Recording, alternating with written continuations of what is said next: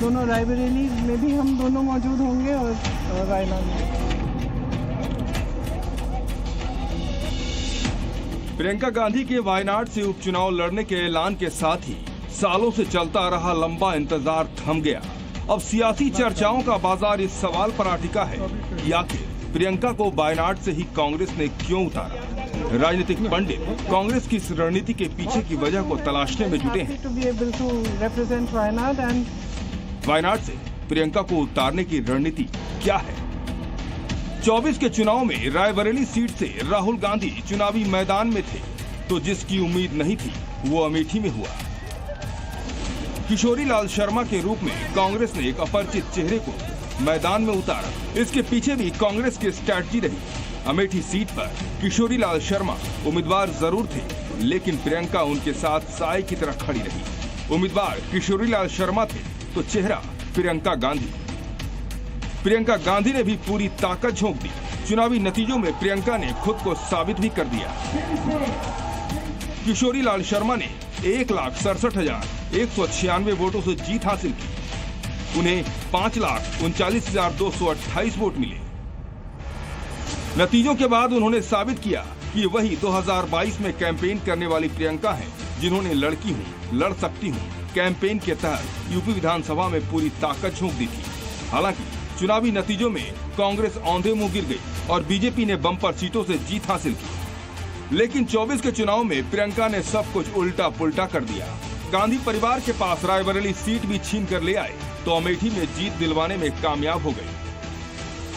प्रियंका को वायनाड सीट से उतारने के पीछे कांग्रेस की रणनीति साफ दिखती है कि वो रायबरेली अमेठी में साबित कर चुकी है। अब इंतजार दक्षिण को साधने की है। जाहिर है प्रियंका को वायनाड सीट से उतारकर कांग्रेस पार्टी अपनी ये मंशा पूरा करना चाहती है, लेकिन सियासतदान राहुल के वायनाड सीट छोड़ने को लेकर निशाना साध रहे हैं।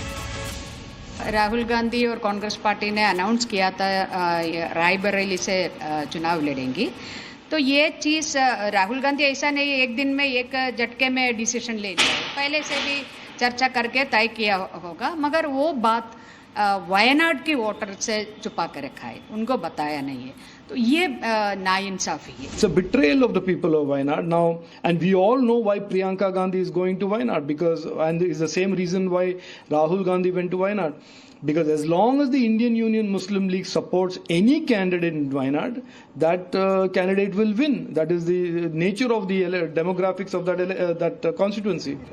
वायनाड सीट से राहुल के छोड़ने पर सियासी घमासान मचा है, तो कांग्रेस पार्टी अपनी रणनीति के साथ लगातार आगे बढ़ रही है और सवाल उठाने वालों को कांग्रेस पार्टी लगातार जवाब भी दे रही है।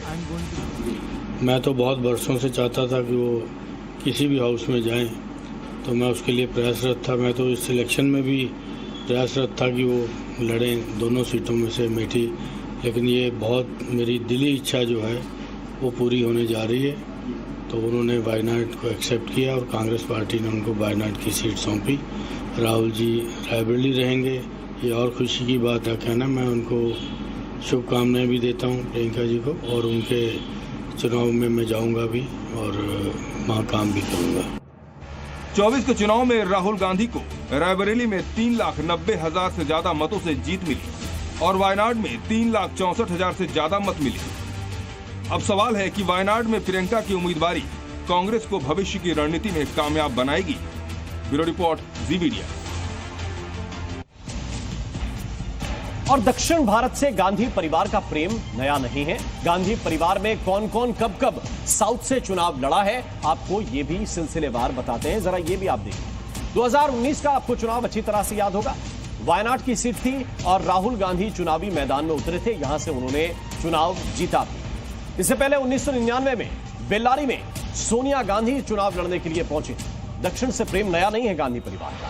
1978 में चिकमंगलुरु सीट पर इंदिरा गांधी ने चुनाव लड़ा था और 1980 में मेडक में जो मध्यावधि चुनाव हुआ था उसमें भी इंदिरा गांधी मैदान में उतरी थी। और अब 2024 में वायनाड में जो चुनाव हो रहा है, राहुल गांधी चूंकि वो सीट छोड़ रहे हैं, इसलिए प्रियंका गांधी वहां से चुनाव लड़ने जा रही है।